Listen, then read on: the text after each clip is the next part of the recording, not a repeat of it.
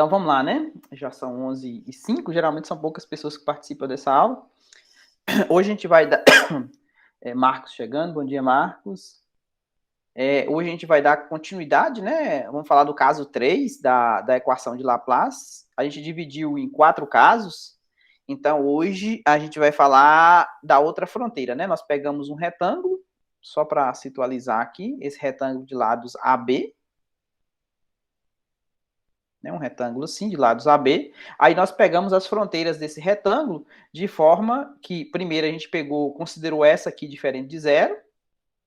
Então, foi o caso 1. Na aula passada, a gente pegou essa aqui, né, diferente de zero, que a gente chamou de caso 2. E hoje a gente vai pegar essa aqui, diferente de zero, que vai ser o caso, a gente está chamando de caso 3, beleza? E na aula na terça-feira da semana que vem, nós vamos pegar essa aqui, diferente de zero, que vai ser o último caso, que vai ser o caso 4. Aí depois a gente soma todos eles para poder termos o nosso problema geral. Então, vamos lá. Hoje é quase um repeteco das aulas do caso 1 e do caso 2, só que a gente vai ver que vai ter uma diferença para esse caso 3 aqui, para esse caso 4, diferentemente do caso 1 e do caso 2, a gente vai precisar fazer alguma translação nas constantes para poder substituir o valor inicial, para poder zerar lá o cosseno hiperbólico ou o seno hiperbólico. Então, a gente vai ter uma translação aqui no caso 3 e no caso 4, diferentemente do que não havia aqui no caso 1 e no caso 2. Mas também não é uma translação também tão difícil de ser entendida, não. É tranquilo. Então, o problema 3, né, que é do caso 3, eu estou chamando de problema 1 do caso 1, problema 2 do caso 2, e problema 3 do caso 3, e problema 4 do caso 4. Então, é exatamente quando eu pego, igual eu mostrei para vocês aqui, essa fronteira aqui, ó, em cima do eixo y, diferente da função nula, ou seja, eu estou chamando isso aqui de uma f2, tá vendo? Ou seja, essa função f2 aqui é exatamente essa fronteira não nula que eu estou pegando, e eu estou zerando as outras fronteiras. Aqui eu fiz deve ter um desenho, depois a gente volta nessa página aqui. Aqui exatamente o desenho, tá vendo? Do caso 3, só tem essa aqui em destaque em azul aqui, diferente da função nula, e as outras aqui, exatamente, os outros 3 lados do retângulo, exatamente a função nula. Então, novamente, a gente vai utilizar o sistema, o método, né, separação de variáveis. Então, a gente vai supor que a solução é uma x de x vezes uma y de y. Novamente, vamos derivar e substituir na equação de Laplace, né, que é a derivada parcial segunda em relação a x, mais a derivada parcial segunda em relação a y, igual a zero. Vamos chegar nesse esquema. Observe que aqui eu não usei menos lambda, como de costume, a gente vai ver o porquê. Porque aqui, ó, para vocês verem, para poder tentar recapitular aquele problema inicial lá de Dirichlet da equação do calor, seja em x, seja em y. Então, nesse caso aqui, y vai ter duas condições iniciais, então por isso que eu não coloquei menos aqui, ó. Porque eu já tenho um menos aqui no y, que eu passei esse pessoal para o outro lado lá, né? Aí ficou esse menos aqui, ó, quando eu substituir. Então, por isso que eu chamei de lambda positivo, para poder organizar nos seguintes problemas, que são esses aqui, ó. O problema A e o problema B, tá vendo? Então, na variável y, por isso que eu deixei o y duas linhas, tá vendo? Era um negativo aqui, né? Era assim. Igual a lambda positivo. Por quê? Porque quando eu pego esse pessoal, multiplico cruzado e passo tudo para um lado, vai ficar um positivo aqui, ó. E aí eu tenho duas condições iniciais para y, tá vendo? Esse B aqui, novamente, ele faz o papel do L, ele faz o papel do L lá da equação do calor, comprimento da barra. Eram as mesmas condições que a gente tinha lá, ou seja, quando você pega u de x, 0, isso aqui é x de x vezes o y de 0. Então, o único jeito de você quiser zerar é se esse for 0, porque esse aqui não pode. E o u de xb, que é a outra condição, é o x de x vezes o y de b. Também é 0, só se o y de b for 0, porque esse não pode ser 0. Então, eu tenho essas duas condições iniciais aqui, para y. E o problema em x, né? Voltando aqui, o problema em x, ou seja, esse aqui igual a lambda, eu multiplico cruzado, passo tudo para um lado só, eu tenho exatamente esse problema B aqui, só que com negativo. E eu tenho somente uma condição inicial para x. Por quê? Porque eu só tenho essa condição inicial aqui para y, porque a outra condição inicial para y, essa aqui, ó, é exatamente o que a gente tem que guardar para poder determinar o coeficiente lá no final. Então, aqui para x, eu só tenho uma condição inicial, que é o de AY. Né? O de AY é x de A vezes o y de y. Ou seja, isso aqui não pode ser zero, então sobrou para o x de A ser zero. Então, só tem uma condição inicial para o problema em x. Esse problema A aqui a gente já fez ele reiteradas vezes, né? Ou seja, muitas vezes a gente resolveu esse problema A. A gente já sabe a solução dele. O único valor de lambda que tem solução não nula para y é para lambda maior do que zero. E a gente sabe que esse lambda ele vale alfa ao quadrado, n ao quadrado, π ao quadrado sobre L ao quadrado. Só que o L aqui é B, né? Tranquilo até aí, gente?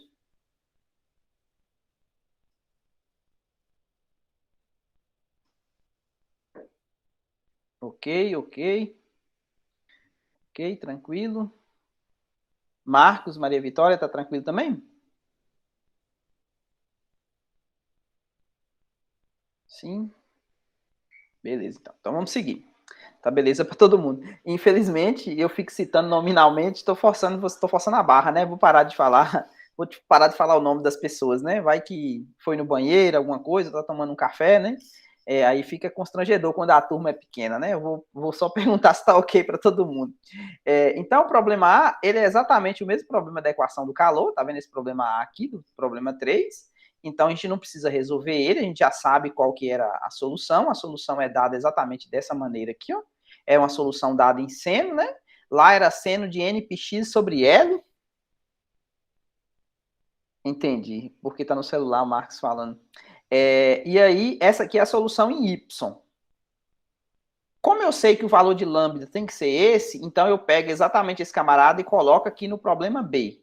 Né? O problema B, vocês lembram que era x, duas linhas, menos lambda, né? X de x, xn de x, igual a zero. Então, colocando o valor desse lambda aqui ó, na equação, eu vou ter essa equação característica, que vai passar para o outro lado, vai ter duas raízes reais e distintas, né? Uma positiva, ou seja, vai ter um R1, nπ sobre b, e vai ter um R2, que é o menos n, é o simétrico, né? Menos nπ sobre b. Bom, a solução disso aqui a gente sabe que é dada por exponenciais, só que agora vai ter uma pequena novidade aqui, que a gente vai ver o porquê que é diferente, que a gente não fez exatamente igual que estava fazendo no caso 1 e no caso 2, né? Ou seja, do lado direito e em cima do retângulo. Aqui, ó, o que acontece? Eu coloquei esse N tio, esse NN, né? NN, é 2N na verdade, né? NN chapéu, tá vendo? Tem um chapéuzinho aqui em cima. Só para poder não usar a letra N, porque essa letra N aqui eu vou utilizar na solução geral. Então, esse N chapéu, na verdade, a solução é dada dessa maneira, tá vendo? Ou seja, é uma constante que multiplica E elevado a uma raiz vezes X, mais E elevado a menos a outra raiz vezes X. Ou seja, isso aqui é o R2, esse aqui é o R1, essa é a solução que a gente conhece. Só que agora eu vou chamar esse camarada aqui, ele é uma constante. Ele é uma constante qualquer que depende de n. Então, eu vou chamar ele, eu vou batizar ele de uma outra constante. Agora, esse n aqui não tem chapéu, tá vendo? Esse n aqui não tem chapéu. Só que eu estou multiplicando ele por esse número, tá vendo? Isso aqui é um número. Concorda? Porque n é número. Tá vendo que isso aqui não tem variável nenhum. Isso aqui é um número. Concorda que um número vezes essa constante, isso aqui vai continuar dando uma constante? Ou seja, esse n, esse camarada aqui vai continuar sendo constante? Definida dessa forma?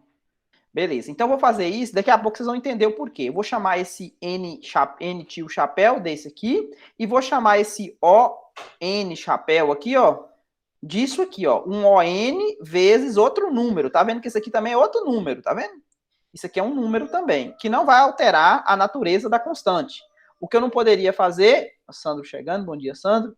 O que eu não poderia fazer é multiplicar essa coisa por alguma variável, né? Aí ele deixaria de ser a propósito, né? Eu não poderia multiplicar alguma coisa dependendo de x ou dependendo de y, que aí modificava a natureza das exponenciais. Bom, agora eu vou pegar essa nova constante e vou substituir, né? Aqui, né? Ou seja, esse n tio n tio de n aqui, ó, eu substituí por exatamente... Aqui o que acontece? Eu conservo a base e somos expoente. Tá vendo? Ó? Se eu pego E elevado a nπx sobre B e multiplico por E elevado a menos nπa sobre B, o que é isso? Isso aqui vai ser a nova, que você está multiplicando uma pela outra, né? Ou seja, você vai conservar a base e vai somar os expoentes, não é isso? Você vai somar esse camarada com esse. Quando você soma, você concorda que eu posso colocar um nπ sobre B em evidência? Porque tem um nπ sobre B aqui, tá vendo? E tem um nπ sobre B aqui, ó. E aqui vai ficar o quê? X menos A, concorda? Porque vai ficar X aqui, menos esse A aqui, ó. Tranquilo? Ficou exatamente essa coisa aqui.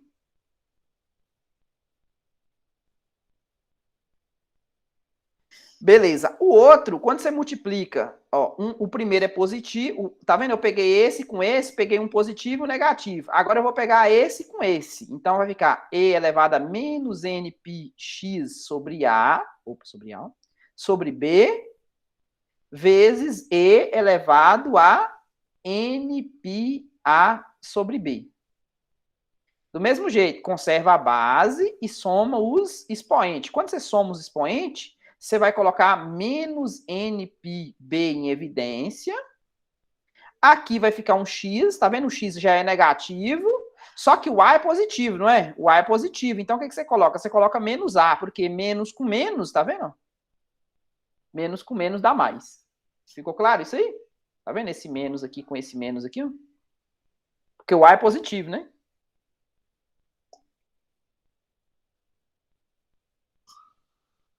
Claro, gente, as duas constantes? Beleza, então agora nós vamos para a expressão final. A minha expressão final é dada exatamente dessa maneira, tá vendo? Você tem essas duas exponenciais.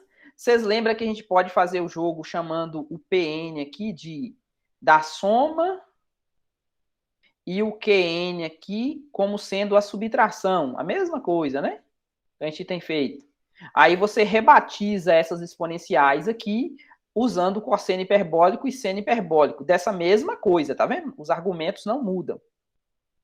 Então, eu tenho um seno hiperbólico, tenho um cosseno hiperbólico e um seno hiperbólico. Por que eu fiz isso? Para poder ter um deslocamento de A. Porque o problema inicial, eu teria o x de A igual a zero, né? Se eu pegar o x de A e substituir antes de fazer se eu pegasse ele e substituir simplesmente aqui, ó. Tá vendo? Eu ia ficar um cosseno hiperbólico. Deixa eu dar uma apagada aqui para vocês verem.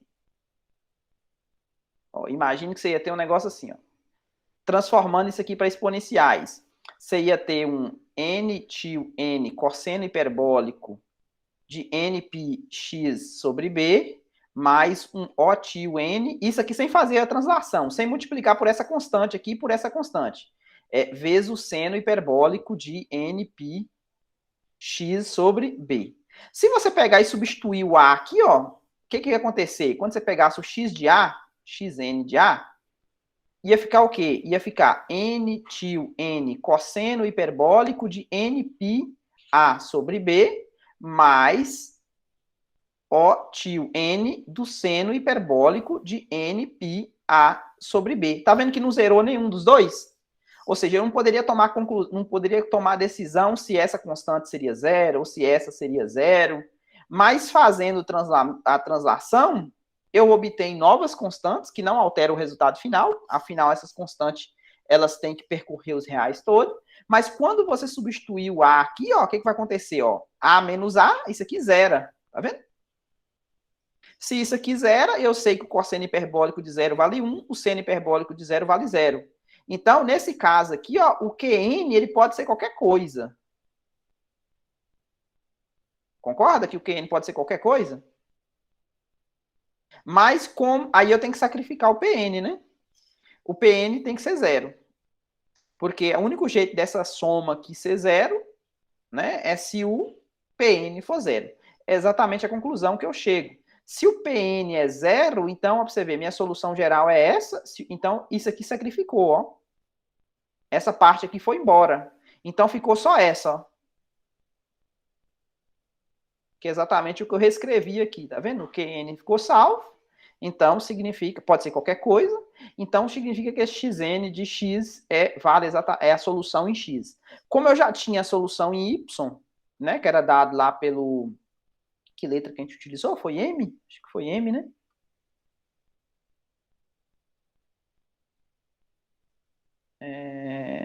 Acho que foi M de Maria. Então, eu já tinha a solução aqui, né? M. N vezes o seno de NP Y sobre B. Então, eu vou juntar as duas aqui, tá vendo? Eu tenho essa, que é a solução em Y. Eu tenho essa seno hiperbólico transladado, que é a solução em X. Aí, eu tenho esse QN aqui multiplicado por esse MN, que é exatamente isso aqui. Ó, eu estou rebatizando ela de RN, tá vendo? E essa aqui é a minha solução geral. Falta eu determinar, logicamente, quem que é o coeficiente Rn. Ficou claro, gente, a solução geral?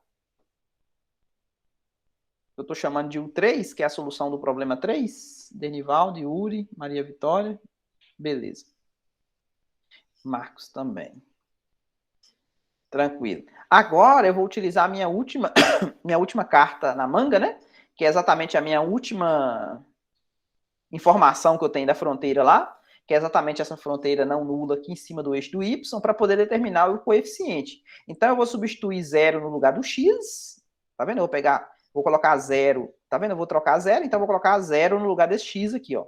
Se eu coloco zero aqui, ó, como aqui é x menos a, então vai ficar zero menos a, não vai? Zero menos a, que multiplica nπ, todo mundo sobre b, né? Só que zero menos a é menos a. Então, por isso que ficou menos nπa π vezes A sobre B. E o Y continua sendo o Y aqui, ó. O Y não mudou nada, né? Ou seja, a variável Y continuou sendo, porque no fundo isso aqui é uma função que depende só de Y. Tranquilo? Agora a gente sabe que o seno hiperbólico é ímpar. Então, se o seno hiperbólico é ímpar, então significa que cadê? A função ímpar acontece isso aqui, né? Esse menos ele pode sair para fora do argumento. Então, esse menos aqui, ó, ele saiu para fora aqui, tá vendo? Esse camarada saiu para fora por causa que a função seno hiperbólico, a função seno hiperbólico parece uma cúbica, né?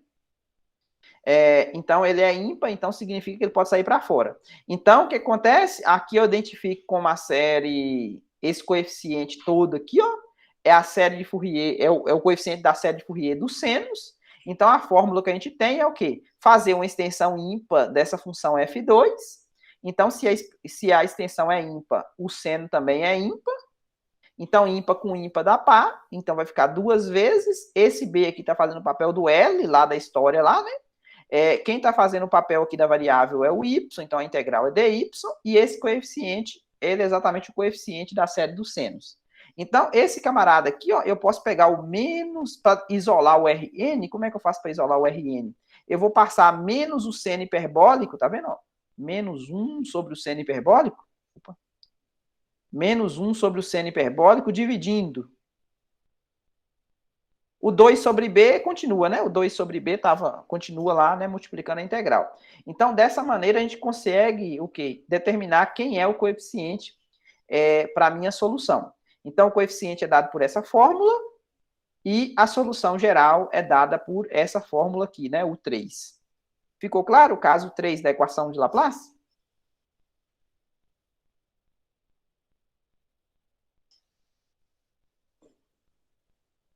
O Dernivaldo ficou. Yuri também, tranquilo. Marcos também. Então, vamos lá fazer um exemplo, né? O exemplo aqui, eu estou pegando, logicamente, essa aqui é a minha F2, né, lá da teoria. Eu tenho somente essa fronteira aqui, diferente de Maria Vitória também. Então, aqui, ó, eu tenho um triângulo, um retângulo de lado, o X aqui é o 3, né? Então, ele é do lado 3, e aqui o Y vale 2, né? Um retângulo dessa maneira.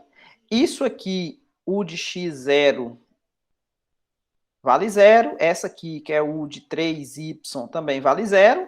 Essa aqui, U de x2, né?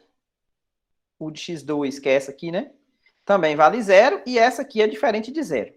Acho que eu desenhei aqui para vocês enxergarem melhor o retângulo. Aqui, ó. Exatamente isso aqui que a gente tem, ó. Eu tenho aqui, esse aqui é o eixo do y, né? O eixo do y. Esse aqui é o eixo do x, então um retângulo de lado 3 e 2, né? 2 aqui, 3 aqui, 2 aqui. Então, essa função aqui ela é diferente de zero, ou seja, ela vale y, a identidade, tá vendo? Que vale exatamente a altura 1, né, até o 1. Se o y está entre 0 e 1, ela vale exatamente y, que é essa identidade aqui, e depois ela vale a função 2 menos y. 2 menos y é essa outra parte que está descendo aqui, né? O y é essa que está subindo aqui, ó. Isso aqui se o y tiver entre 0 e 2, beleza? Então, ela emenda, essa aqui é a fronteira não nula para esse caso. Então, colocando na fórmula, tá vendo a minha solução? Esse camarada aqui é a U3 lá da teoria, Rn que multiplica, esse aqui está colocando x menos a, né? X menos a, esse aqui é o B da história, né? Esse aqui é o B da história, que é o 2, né? Tá colocando os valores das constantes. Esse aqui é o coeficiente, 2 sobre B, tá vendo? 2 sobre B, como o B também vale 2, então, nesse caso aqui cortou, dá 1, né? O sinal é negativo, seno hiperbólico de ANπ sobre B, né? Ou seja, esse aqui é o A e esse aqui é o B. Integral de 0 até 2, que é o B, né? Essa função aqui é a minha F2.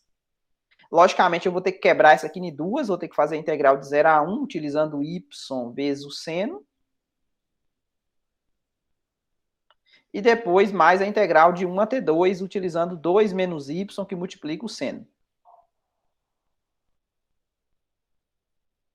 Fazendo essas duas integrais por partes aqui, multiplicando pela essa constante aqui, menos 1 sobre o seno hiperbólico dessa coisa, a gente vai chegar nesse Rn aqui, ó.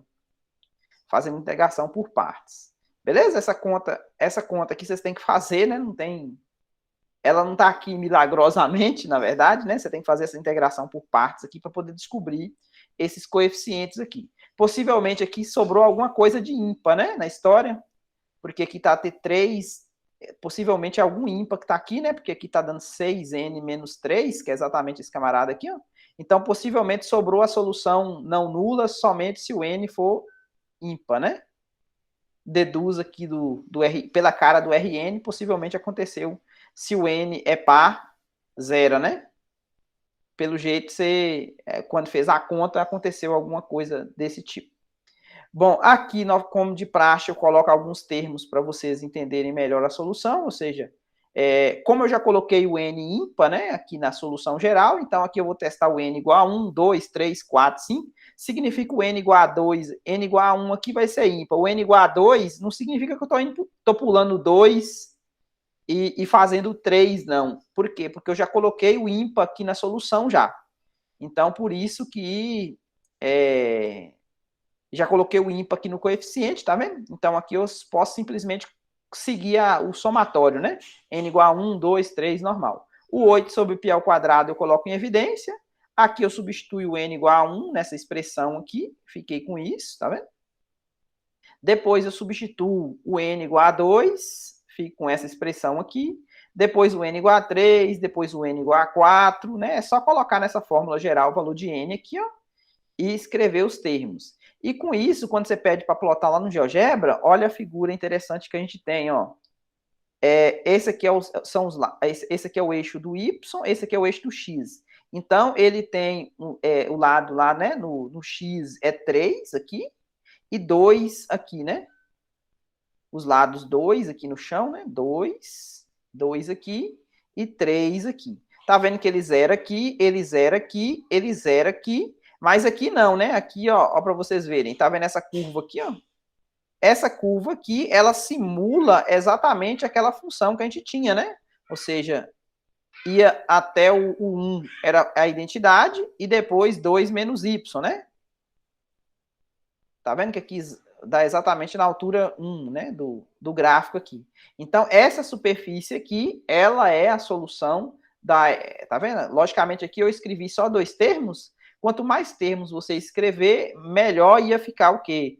Essa curva aqui que está um pouco arredondada, tá vendo? Ela vai aproximar dessa coisa aqui que tem uma espécie de bico aqui, né? Na emenda das duas funções. Porque quanto mais termos você fazer, melhor você vai conseguir a aproximação. Tranquilo? Essa era a aula de hoje. Dúvidas?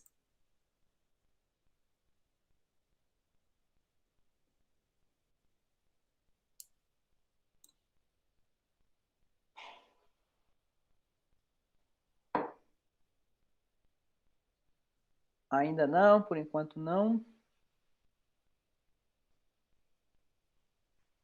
Tranquilo por enquanto. De boas, né? Tranquilo, então, gente. Aí, na semana que vem, a gente encerra o curso, né? Falando a respeito do último caso. O último caso, na verdade, é um repeteco desse caso 3. A gente vai precisar fazer a translação também, vocês vão ver por que lá, né? Para substituir o ponto lá de forma que vai parecer cosseno hiperbólico de zero e seno hiperbólico de zero. E aí, na quinta-feira, a gente termina fazendo um exemplo do caso geral. Aí a gente pega o quê? Pega as 4 fronteiras, aí vocês vão ver que o gráfico ele realmente condiz, né? Ou seja, você não vai ter 3 fronteiras nulas, né? Você vai ter. Dá para ver a curva que simulou as 4 funções em cima das 4 fronteiras, né? E aí o meio é regido pela superfície, que é a solução geral, que é a soma, né? Vai ser a soma da 1 mais o 2 mais o 3 mais o 4 mais o 4, né? São 4 fronteiras. Tranquilinho?